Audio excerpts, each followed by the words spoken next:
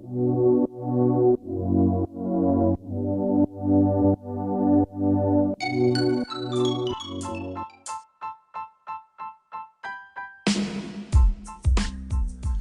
Apex Madden League. It's your boy, Big Al, a.k.a. Ferreira Sr., and I'm excited to be here for another episode of the Franchise Podcast, only for the Apex Madden League on Xbox One.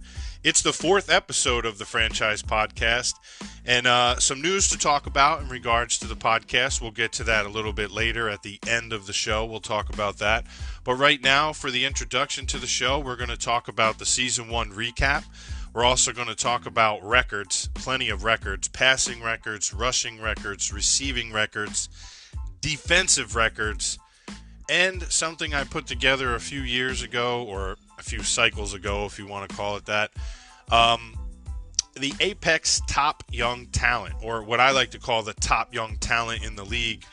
We'll talk about that too. And then, as I discussed earlier, on the outro, we'll talk more about the Franchise Podcast, some information that I got, some news that I got regarding some outlets for the podcast and where you can find that too. So we'll talk about that later, but we'll get right to it. We'll start with the Season 1 recap right after this.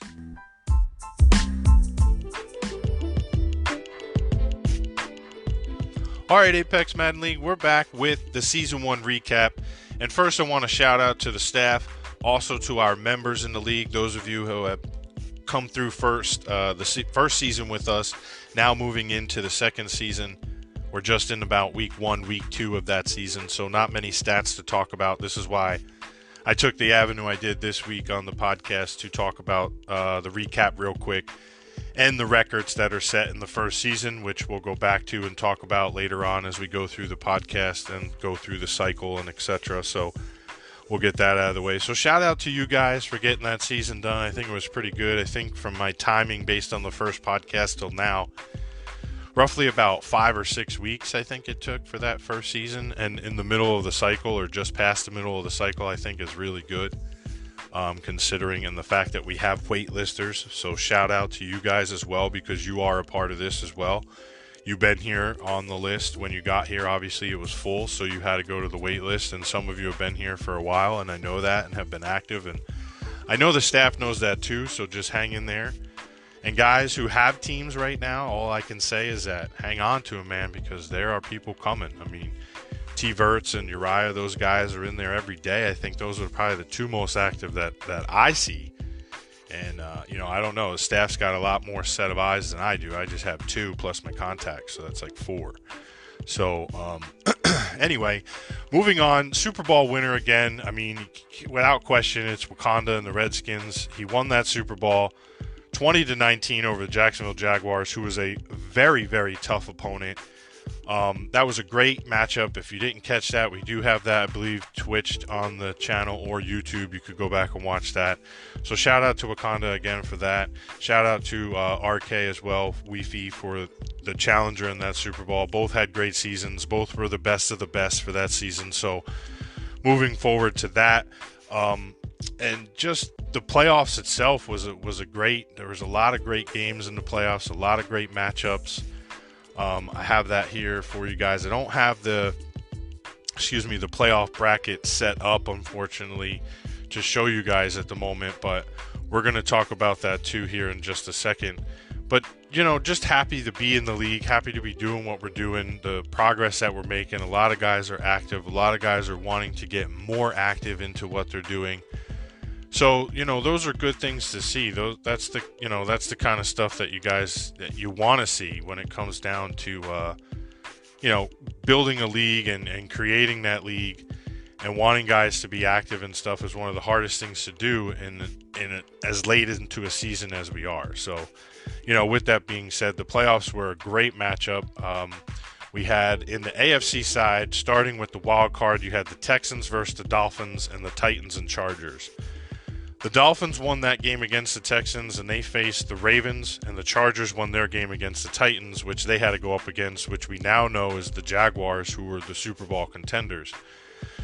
So on the NFC side of the wild card, you had the Rams and the Buccaneers, and the Vikings and Seahawks. The Vikings won against the Seahawks in that one, moving them into the divisional round against the Packers. And the Rams beat the Buccaneers to move into the divisional round against the Super Bowl champs, as we now know, the Redskins. So that brings us to the divisional round where the Rams faced the Redskins, and as you know, they beat the Rams and moved into that championship spot to face the winner of the Vikings and Packers, which in this case was the Vikings. On the AFC side, you had the Dolphins and Ravens, Chargers and Jaguars facing off for that divisional spot, and then the Ravens took over the Dolphins, and the Jaguars, as you know, beat the Chargers and faced the Ravens in the championship, which got our matchup for the Jaguars versus the Redskins, as the Redskins beat the Vikings and the Jaguars took the Ravens. So that's pretty much how the playoffs rolled out for us in Season 1. You know, obviously, Wakanda was the Super Bowl champion, and we're going to go ahead and get into some of the records next here in the Apex that were set. These are the guys who have put the footprint in the foundation of the Apex Madden League, and we're going to go ahead and talk about those top 5 guys in each category for the records as they stand. We'll see probably at the end of the second season here of the 2020 season, as we completed the draft and moved into Season 2. We'll see how those records stack up from this season to next season. So without further ado, we'll be back in just a moment, and we'll start talking about some of those records.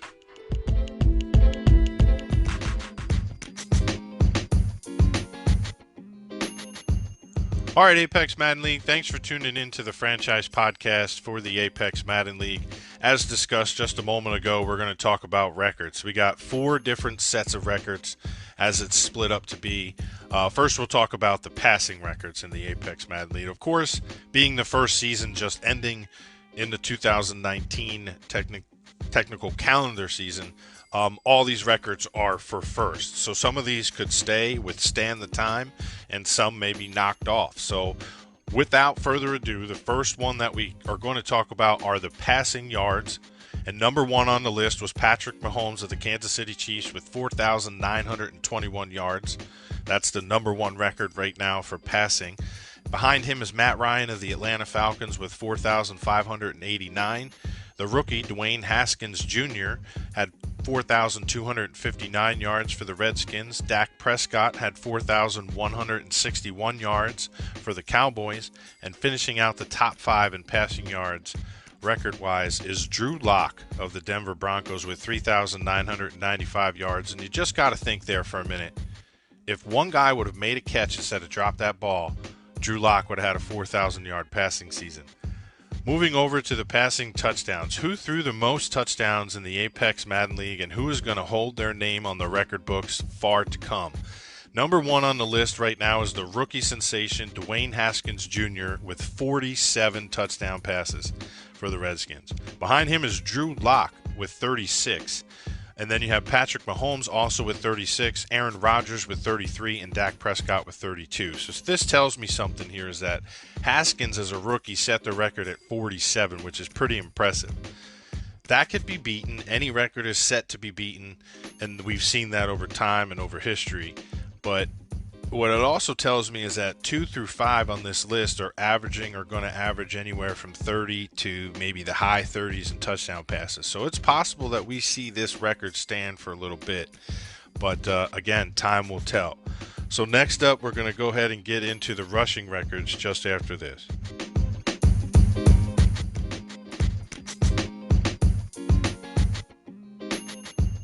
All right, moving on to the rushing record leaders. We have 3 categories in this topic. It's rushing yards, rushing touchdowns, and rushing yards per carry. So starting off with the top 5 in rushing yards was Matt Breida with 1,638 yards for the 49ers. Behind him, who was leading in this category most of Season 1, was Joe Mixon. He finished up with 1,487 yards for the Bengals. Saquon Barkley of the New York Football Giants finishes with 1,414 yards on the ground. Melvin Gordon III for the Chargers finishes with 1,371 yards for the Chargers, and for the top 5 finisher is Derrick Henry of the Tennessee Titans with 1,369 yards on the ground. Those records will probably be broken at some point, I think. I've seen guys get close to 1,800 yards in a season, and I truly think that if Geis didn't get hurt for the Redskins, you'd probably see him up at the top with probably around 18 or maybe 19, pushing it. I don't know, but he had a lot of yards and a lot less carries. Moving on to rushing touchdowns. Who got the ball in the end zone the most on the ground? Well, that was Kalen Ballage of the Miami Dolphins. He had 17 touchdowns on the ground in the Apex Madden League for Season 1.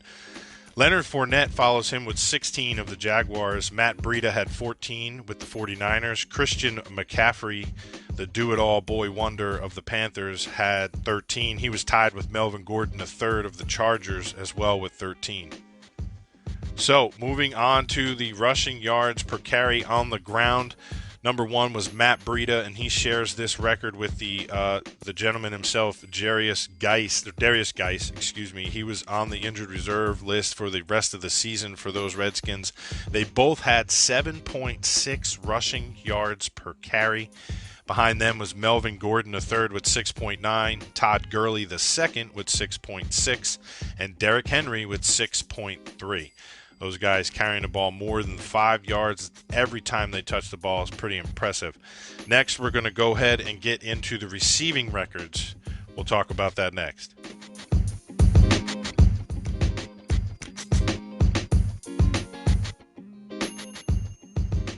All right, Apex, we're going to talk about the receiving records now. In this category, we have another 3 topics. You have the receiving yards, passing receptions, and receiving touchdowns. So starting off with the receiving yards, number 1 at the list, Julio Jones of the Atlanta Falcons. He was 1,932 receiving yards on the season. Behind him was DJ Chark Jr. with 1,886 yards of the Jaguars. Mike Gesicki of the Dolphins, the tight end, with 1,781 yards. Behind him was Mecole Hardman with 1,658 yards for the Chiefs, which is a surprise there, but a great young talent that they found there in Kansas City. And finishing out the top 5 is Courtland Sutton of the Denver Broncos, who found 1,519 yards receiving this season. Moving into the passing receptions, who's caught the most balls? And with that being said, was Julio Jones with 98, just shy of 100 balls caught. Then you have Mecole Hardman again with 97 behind him. That's a tight race for 100. The tight end in third, Mike Gesicki with the Dolphins with 87. Courtland Sutton of the Broncos with 78, and Golden Tate III with the Giants having 76 receptions, rounding out the top 5. Finishing this up with receiving touchdowns, Courtland Sutton of the Broncos had 18 touchdowns on the year. A.J. Brown of the Tennessee Titans had 17. He was tied with DJ Chark Jr. of the Jaguars with 17. Marquise Brown of the Ravens had 14. And Robbie Anderson of the New York Jets had 13, finishing up the top 5. Last but not least, we're going to talk about the defensive records next, just after this.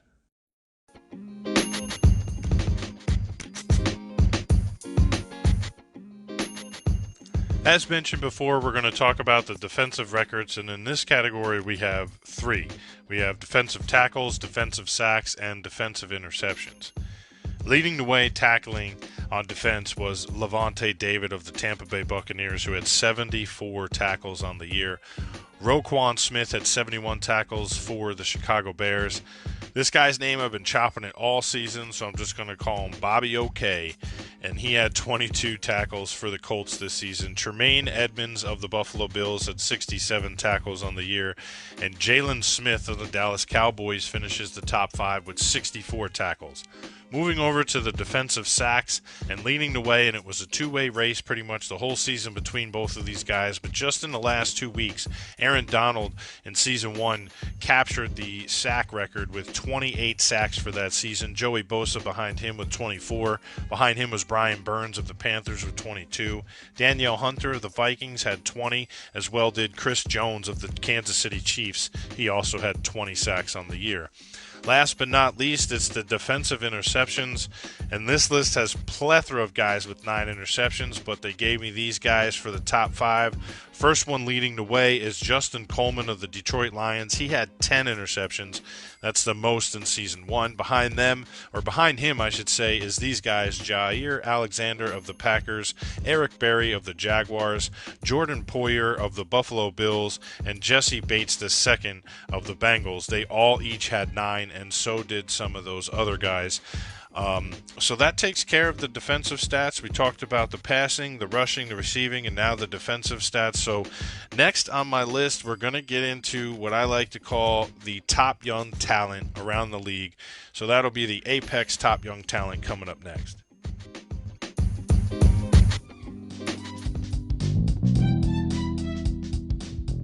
All right, Apex Madden League. Thank you for tuning in to the 4th episode of the Franchise Podcast, only for the Apex Madden League on Xbox One. I created a spreadsheet, which most of you know I love to create spreadsheets. I'm not the greatest at them, but I make them in such a way in which I like to view the league in and get the information from like Daddy Leagues and also from Gamer Huddle and other locations too, to put together sheets to help with, with my team stuff and with league stuff when I do podcasts or graphics or stats. So a few cycles back, I created a spreadsheet of all 32 teams, and I pulled in the data from Daddy Leagues based on the rosters. Those rosters are sorted by rookie years. So anyone that's 0 years experience, so to say. So anyone you've drafted, anyone you might have picked up free agent. At the time, I capture that leading up to the point where I might do the podcast. So as always, as I mentioned in my podcast, sometimes the data might be just slightly different than what you might go to look at on Daddy Leagues after you've listened to this, or before you may have listened to this or looked at any of the graphics and such. So keep that in mind. But this will capture all of those guys from each team. So those teams are sorted into a divisional sheet or tab, and then that's sorted into the conference, and then I have an overall. So I'm going to show you the AFC and the NFC, and then the total overall as an entire league, a picture of what that looks like. So first up, when we're looking at this, it's going to be the AFC young, I call it the young talent or top young talent, TYT. But anyway, Apex top young talent in the AFC.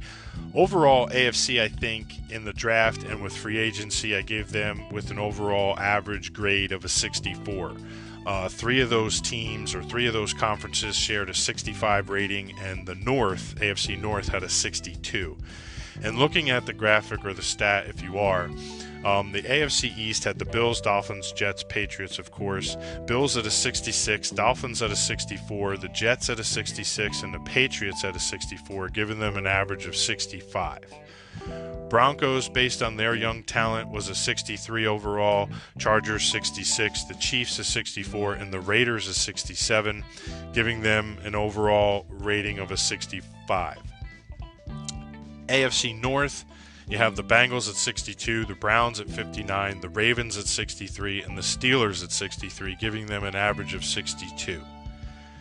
In the AFC South, you have the Colts at 67, the Jaguars at 65, and the Texans at 63. The Tennessee Titans had a 65 overall rank, giving that division a 65 overall grade.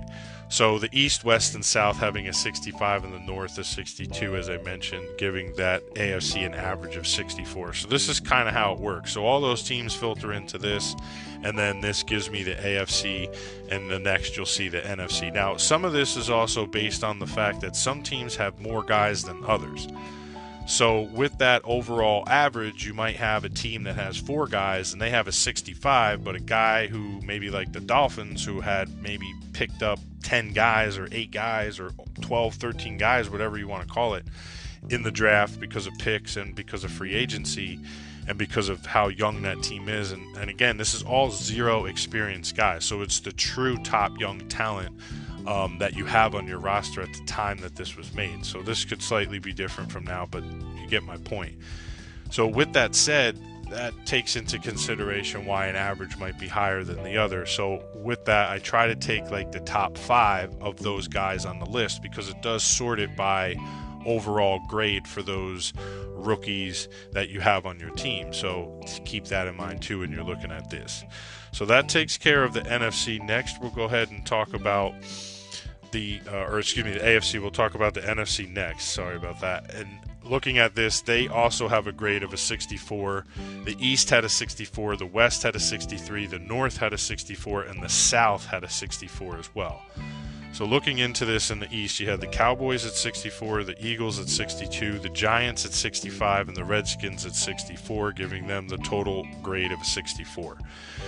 The West, you have the Cardinals at 61, the 49ers at 64, the Rams at 62, and the Seahawks at 62, giving that conference or division, a 63 overall. And then the North, you have the Bears at 66, the Lions at 65, the Packers at 67, and the Vikings at 60. In my opinion, probably one of the strongest young, talented divisions in the league, but they have an average of 64.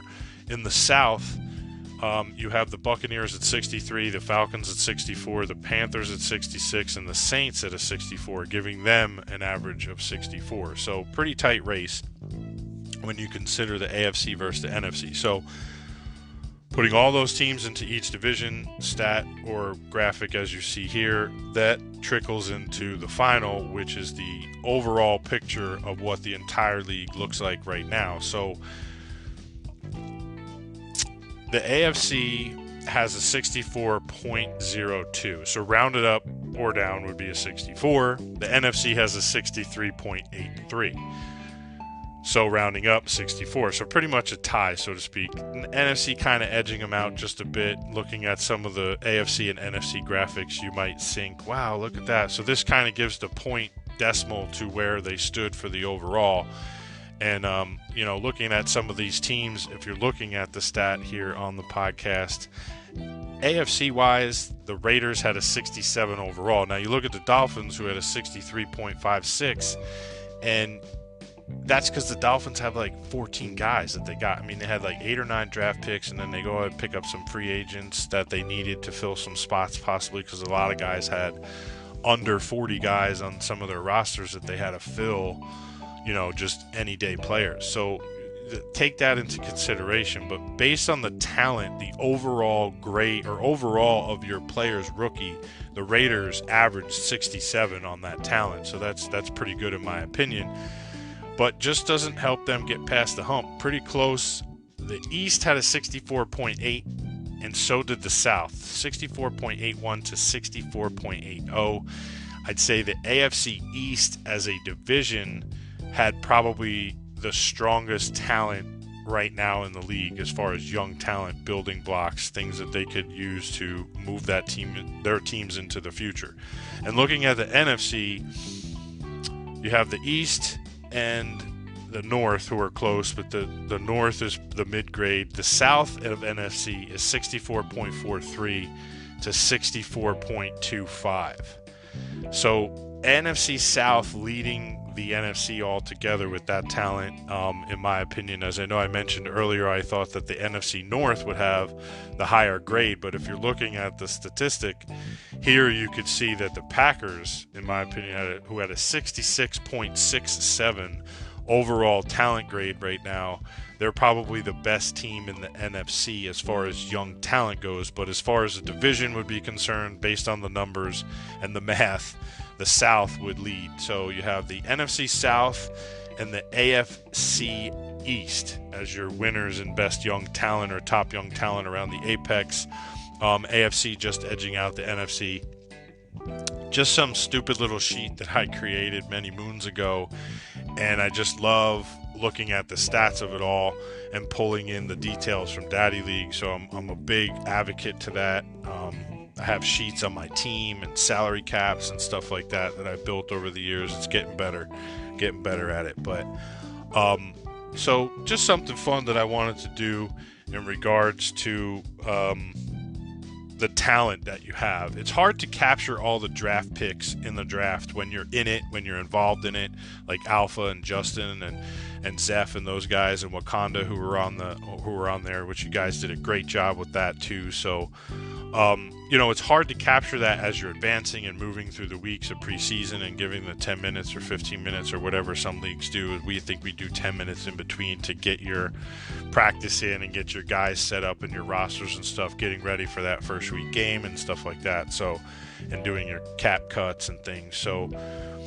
it's hard to capture all that with all the updating and guys updating daddy leagues at any time and stuff like that. So, you try to capture it as best as you can. So I figured, let me create this, which is a way to get only those guys that have no experience at all right now. So they have to be a rookie. And whether you drafted them or it's been a free agent, this is the details that pull in and the averages and stuff. And like I said, they might slightly be skewed based on how all the rankings are right now, but gave it a shot, did my best. So, all right, that takes care of this portion of Top Young Talent. This isn't something I'm going to do quite often. It'll probably be more on a case like this where we're just after the draft, starting off into the next new season of whatever cycle we might be in. And, filling the space between not having the stats and stuff that I like to talk about when it comes to the season, because we're only in week 2 or week 1 right now of the second season. So it's kind of hard to get all those stats and details. So anyway, we'll go ahead and talk about the outro next and a little bit of information on some details I got about the podcast and where you'll also be able to see the feature for the podcast, not just on YouTube. That's coming up next. All right, everyone, I hope you guys enjoyed the show. The franchise podcast only for the Apex Madden League. Thank you guys for tuning in. If you've listened, this is the 4th episode of the podcast, so I'm going to keep this as short as I could. In ending this podcast, the other day I was speaking with Alpha and Justin, and I told them that I was sitting at work and I get an email sent to the F3 franchise email in regards to the Anchor podcast. That's where I do most of my podcasts. I record from there. It gives me all kinds of cool things and stuff like that. I'm able to do interviews, yada yada.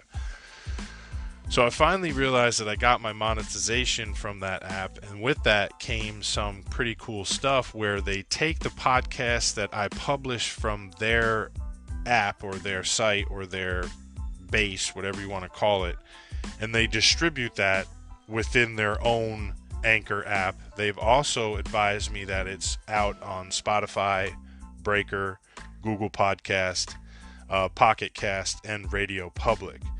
So they're automatically launched there. So if you follow any of those, you could also pick us up there as well. And this doesn't have to be YouTube. So that's something. I'll have links in the description on the YouTube once this posts there. Manual distribution, what that means is like for Apple Podcast and Castbox and Overcast and Stitcher, I believe it is what they told me. Those you'll have to actually manually search the franchise. And the franchise is spelled with a 3 at the end, not an E. So that's, of course, because it's F3 franchise, blah, blah, blah, which also coming soon is franchise apparel. Again, if you guys need any kind of t-shirts, custom, whether it's for Madden leagues, whether it's for your own self, a gift. We also do like custom items too as well, like, any kind of, bottles, cups, things like that, t-shirts, shadow boxes, all kinds of different things. We're on it here at F3. So just wanted to give a quick plug to myself because I usually don't first time I've done it, but it was pretty cool. So I wanted to share that with you guys and with the league. So if you're on any of those other apps that you're listening to your music and you get bored and you want to listen to my bored ass, you can go ahead and pick up the franchise podcast on there. So getting better slowly but surely, in my opinion. Again, guys, thanks for tuning in to the franchise podcast only for the Apex Madden League on Xbox One. That's all I got for you guys this time, man. I'm out.